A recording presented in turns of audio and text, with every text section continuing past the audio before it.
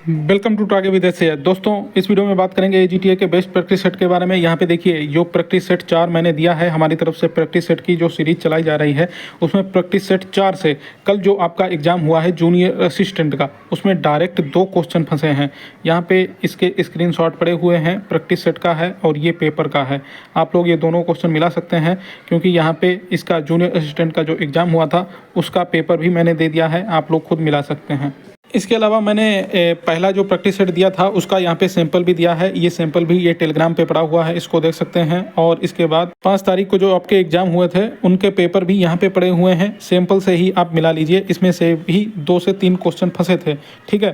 तो हमारी तरफ से ये जो प्रैक्टिस सेट चलाए जा रहे हैं ये आप देख सकते हैं। यूपीएससी एजीटीए की मुख्य परीक्षा के लिए 4 प्रैक्टिस सेट अभी तक दे दिए गए हैं और आगे यहाँ पे टोटल 15 प्रैक्टिस सेट दिए जाएंगे। ये आपको नए सिलेबस, एजीटीए के 3446 का सिलेबस नई परीक्षा एजेंसी के नए पैटर्न के आधार पे हैं। यहाँ पे आपको एग्रीकल्चर, यूपीजी के कंप्यूटर के क्वेश्चन मिलेंगे, ठीक है। और ये क्वेश्चन जो आपका रियल एग्जाम होता है बिल्कुल वैसे ही, पहले हिंदी में फिर इंग्लिश में एक साथ लिखे हुए मिलेंगे। और यहाँ पे 5 ऑप्शन मिलेंगे, 5 विकल्प मिलेंगे, 5वां विकल्प उपरोक्त में से कोई नहीं। और आपके यूपीएससी के सिलेबस के आधार पे ही ये क्वेश्चन बनाए जा रहे हैं, नए पैटर्न के आधार पे। तो यहाँ पे आप देख सकते हैं डायरेक्ट क्वेश्चन फंस रहे हैं, जो कि टेलीग्राम पे मैंने आपको यहाँ टेलीग्राम पे इसका स्क्रीनशॉट भी दे रखा है। तो यहाँ पे आप देख सकते हैं लोगों के नोट से और पूरा कोर्स बेंच देते हैं, उसमें से भी प्रश्न नहीं फंसते हैं, जबकि यहाँ प्रैक्टिस सेट से ही प्रश्न फंस रहे हैं। तो आप लोग अगर इस प्रैक्टिस सेट को परचेज करना चाहते हैं, ख़रीदना चाहते हैं, तो आप लोग इस QR कोड पे 100 रुपये का पेमेंट कर सकते हैं। तो ये QR कोड का स्क्रीनशॉट ले लीजिए, या फिर आप लोग ये व्हाट्सअप नंबर है, इस पर मैसेज कर दीजिए। यहाँ पे आपको QR कोड मिल जाएगा और इस पर आपको 100 रुपये का पेमेंट करना है, ठीक है। पहले ये 150 फीस रखी गई थी, लेकिन अब 100 रुपये का पेमेंट करने के बाद आप लोग उसका स्क्रीनशॉट इस नंबर पे भेज देंगे तो आपको ये प्रैक्टिस सेट मिल जाएगा, ठीक है। अब आगे चलते हैं और बात कर लेते हैं आज यूपीएससी की भर्तियों के बारे में। पहले बात करेंगे एजीटीए एग्जाम डेट 16 मार्च, शासन से अनुमति मिली या नहीं। 8वां वेतन आयोग के बाद सैलरी 60,000 प्लस होगी। खुशखबरी है, यूपीएससी के छात्रों के लिए पेट 2023 की वैलिडिटी को मंजूरी मिल गई है। और यहाँ पे अब जो आने वाले विज्ञापन है वो कब तक आ जाएंगे इसकी जानकारी दी जाएगी। लेखपाल और पीसीएस, जेई, एसओ और BPO junior assistant exam date को लेकर जानकारी दी जाएगी। इसके अलावा आईटीआई रिजल्ट की जानकारी दी जाएगी। तो वीडियो को लास्ट तक पूरा देखिए, पूरी बात समझ आएगी। तो चलिए शुरू करते हैं वीडियो को, देखते हैं क्या है इसमें। तो ये मेरा पिछला वीडियो है एजीटीए एग्जाम डेट से रिलेटेड, इस पर मैंने आप लोगों को जानकारी दी थी, और जिससे छात्र बहुत ज़्यादा जो हैं वो बहुत से छात्र जो हैं उन्होंने अपनी तैयारी अच्छे से शुरू कर दी। लेकिन कुछ छात्र परेशान हो रहे थे कि इतनी जल्दी एग्ज़ाम नहीं लग सकता।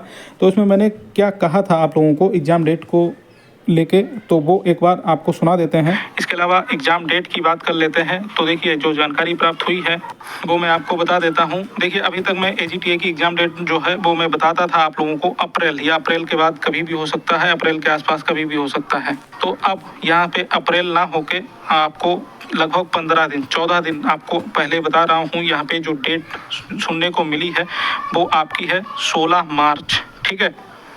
जो डेट सुनने को मिली है, जो मुझे जानकारी मिली है, तो वो आपकी जो एजीटीए की डेट निर्धारित की गई है फिलहाल वो 16 मार्च रखी गई है। और ये डेट बहुत ही जल्द शासन को भेजी जाएगी। शासन से अप्रूवल जैसे ही मिल जाएगा वैसे ही आप लोगों की शॉर्ट लिस्टिंग और एग्जाम की नोटिस भी हो सकता है साथ साथ ही देखने को मिल जाए, या फिर जो एजीटीए की शॉर्ट लिस्टिंग है ये आपको जनवरी लास्ट या फिर फरवरी में देखने को मिल जाए। तो आज जब मैं ये वीडियो बना रहा हूँ तो आज है 16 जनवरी और आपका एग्जाम होगा 16 मार्च को। तो अभी पूरे के पूरे 2 महीने हैं आपके पास, आप अच्छे से तैयारी कर सकते हैं।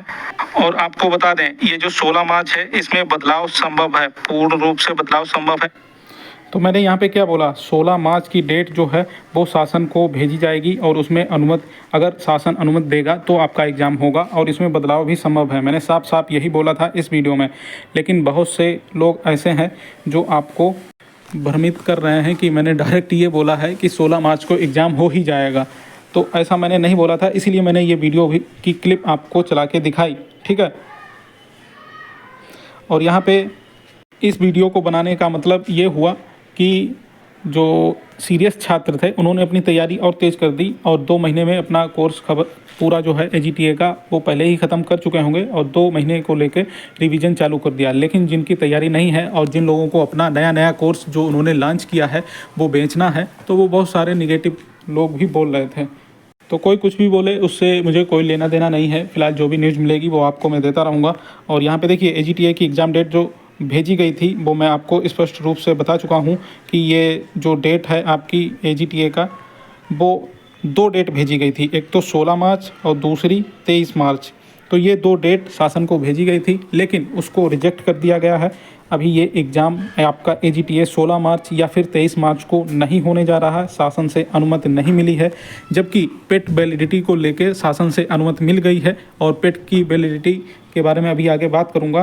तो इस न्यूज़ से ये बिल्कुल क्लियर स्पष्ट हो गया कि 16 मार्च और 23 मार्च को जो आपका एग्ज़ाम की डेट जो भेजी गई थी वो शासन की तरफ से मंजूरी ना मिलने के कारण अब इन डेट पे आपका एग्ज़ाम नहीं होगा। तो आगे AGTA का एग्ज़ाम कब होगा इसकी कोई अपडेट जब मिलेगी तो मैं आपको बता दूंगा। तो फिलहाल यही मान के चलिए आप लोग अब 23 मार्च तक आप लोगों का एग्ज़ाम फ़िलहाल नहीं होने वाला है। और उसके बाद आपका एग्ज़ाम अब संभवतः जो मैं पहले से बता रहा हूं कि अप्रैल में या अप्रैल के बाद कभी भी होगा, तो वही आप समझ के अपनी तैयारी कर सकते हैं। और जिसको भी इस न्यूज़ पे डाउट है कि ये डेट नहीं भेजी गई थी शासन को, तो आप आयोग जाइए और ख़ुद पता कर लीजिए, क्योंकि ये न्यूज़ बिल्कुल सही जो मैंने बताई है 16 और 23 मार्च वाली ये डेट भेजी गई थी, लेकिन मंजूरी ना मिलने के कारण आपका एग्ज़ाम अब इन डेट पर नहीं होगा।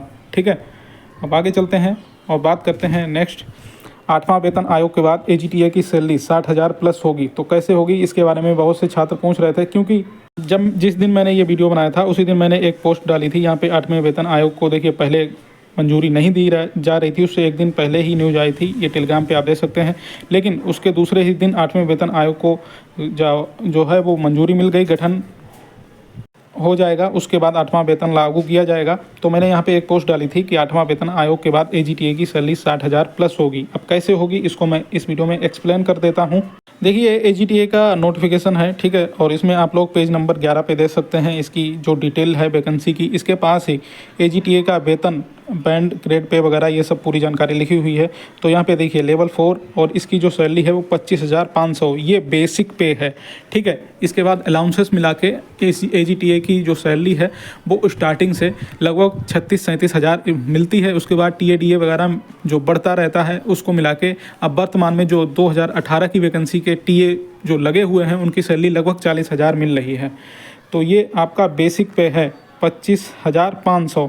ठीक है, और अब ये जो 8वां वेतन आयोग लागू होगा तो बहुत से छात्र मुझसे पूछ रहे थे ये तो केंद्र के लिए होता है, इसमें राज्य का क्या मतलब है, क्या राज्य के कर्मचारियों की भी सैलरी बढ़ेगी? तो भाई ये सभी न्यूज़ मैंने टेलीग्राम पे डाली हुई थी, आप लोग देख सकते हैं जाके, ठीक है, इसको पढ़ सकते हैं। तो केंद्र सरकार ने ये अनाउंस कर दिया है कि 8वां वेतन जो है वो लागू किया जाएगा और ये अगले साल से लागू किया जाएगा 2026 से। ठीक है, इसको समझने के लिए हम चलते हैं पिछले वेतन आयोग पे। 7वां वेतन आयोग जो लागू किया गया था ये 1 जनवरी 2016 से लागू किया गया था, ठीक है, सेंट्रल में। और उसके बाद जो 7वां वेतन आयोग था ये देखिए उत्तर प्रदेश में भी लागू किया गया था। ये आप आराम से सर्च करेंगे अगर गूगल वगैरह पे तो बहुत सारी न्यूज आपको मिल जाएगी पिछली। तो कहने का मतलब ये है कि जब सेंट्रल 8वां वेतन आयोग लागू करेगा उसके कुछ महीने बाद ही आपका जो स्टेट है उत्तर प्रदेश में भी 8वां वेतन आयोग लागू होगा। ठीक है, और यहाँ पे ये न्यूज़ भी आई है। ये न्यूज़ कब की है आप लोग देख सकते हैं दोस्तों, ये दैनिक जागरण की न्यूज़ है और ये यहाँ पे देख सकते हैं डेट पड़ी हुई है 18 जनवरी 2025 की न्यूज़ है। और यहाँ पे क्या लिखा हुआ है, यूपी न्यूज़, उत्तर प्रदेश में 8वें वेतन मान को लेकर 26 लाख कर्मचारियों व पेंशनरों की बढ़ी उम्मीदें, बढ़ सकती है सैलरी। तो ये उत्तर प्रदेश के लिए ही है, सभी कर्मचारी और पेंशन जिनको मिलती है उन सभी के लिए ये न्यूज़ है कि जब सेंट्रल लागू कर देगा 8वां वेतन आयोग उसके बाद आपका स्टेट में भी लागू किया जाएगा कुछ महीने बाद। और कैसे लागू किया जाएगा ये रूल्स और रेगुलेशंस तो बाद में बनते रहेंगे, लेकिन यही है उम्मीद कि जब 8वां वेतन लागू होगा तो आपकी सैलरी किस आधार पे बढ़ेगी। तो यहाँ पे देखिए ये न्यूज़ में आए थे कुछ फैक्टर जिनको मैं आपको दिखाना चाहता हूँ 8वें वेतन आयोग में। यहाँ पे देखिए फिटमेंट फैक्टर अगर 1.7 लागू होगा तो यहाँ पे देखिए लेवल 4 और ये सैलरी आपकी जो AGTA की थी 25,500 ये बेसिक पे था तो ये बढ़ के हो जाएगा 43,350, ये सिर्फ बेसिक पे है। इसके अलावा अगर ये फिटमेंट फैक्टर जो है ये लागू होगा 1.85 तो आपकी जो बेसिक पे AGTA की सैलरी है 25,500 तो ये कितनी हो जाएगी 47,175। ठीक है, ये AGTA की सैलरी आपकी हो जाएगी। अगर ये फिटमेंट फैक्टर जो है 2 लागू होगा तो यहाँ पे आपका AGTA की सैलरी जो 25,500 है ये कितनी हो जाएगी, 51,000 डायरेक्ट जो अभी है बेसिक पे, उसका दोगुना बेसिक पे हो जाएगा।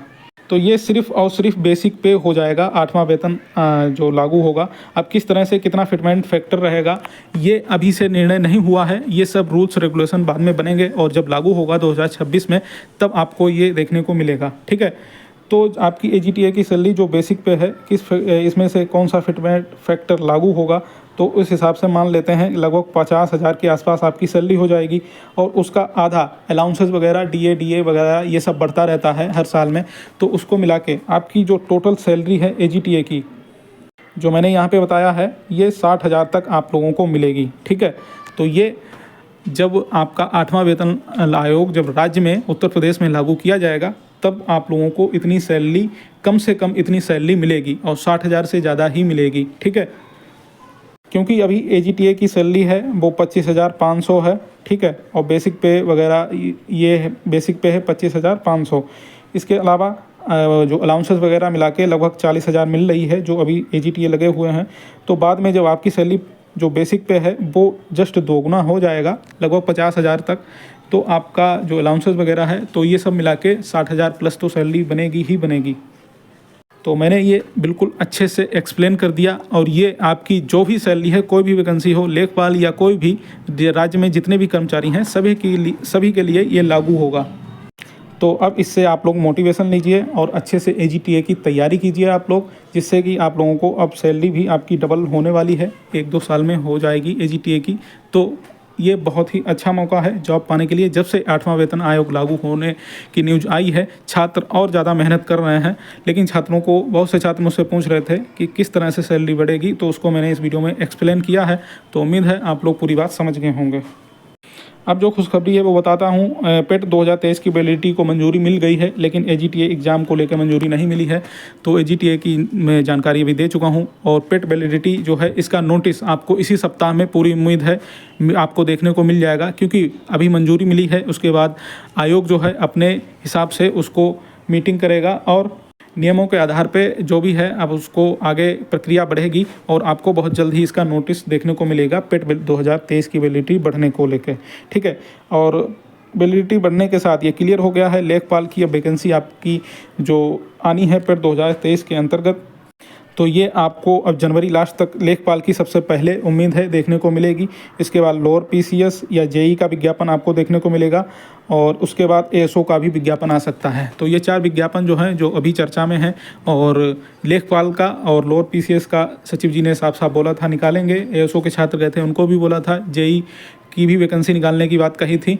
तो अब इनमें से आगे कौन कौन से विज्ञापन आएंगे जो भी समय समय पर जानकारी मिलेगी मैं आपको बताता रहूँगा। ठीक है, इसके अलावा बात कर लेते हैं BPO junior assistant exam date को लेकर। तो दोस्तों जो जानकारी मुझे प्राप्त हो रही है BPO का एग्ज़ाम ये आपका अप्रैल लास्ट या फिर मई में आपका लगाया जा सकता है BPO का एग्ज़ाम। उसके तुरंत बाद जूनियर असिस्टेंट का भी एग्ज़ाम देखने को मिलेगा। ठीक है, लेकिन जूनियर असिस्टेंट का एग्ज़ाम आप जो है ये BPO के बाद ही हो पाएगा, ऐसी अभी सूचना प्राप्त हो रही है। BPO का एग्ज़ाम आपका पहले लगेगा क्योंकि ये वैकेंसी पहले की आई हुई है और इसमें छात्रों की संख्या भी कम है। तो BPO वाले जो हैं अपना अप्रैल लास्ट या फिर मई मान के तैयारी करें और जूनियर असिस्टेंट वाले BPO के तुरंत बाद समझ के अपनी तैयारी करते रहें। AGTA का भी मैंने बता दिया आप लोगों को, जो आपका एग्ज़ाम है ये अब 23 मार्च तक फ़िलहाल नहीं होने वाला है। उसके बाद कब होगा इसकी जानकारी समय समय पर मिलेगी, जो भी मैं बता दूंगा। अप्रैल मान के फ़िलहाल आप लोग तैयारी करें, उसके बाद जब भी होना होगा आपको जानकारी दे दी जाएगी।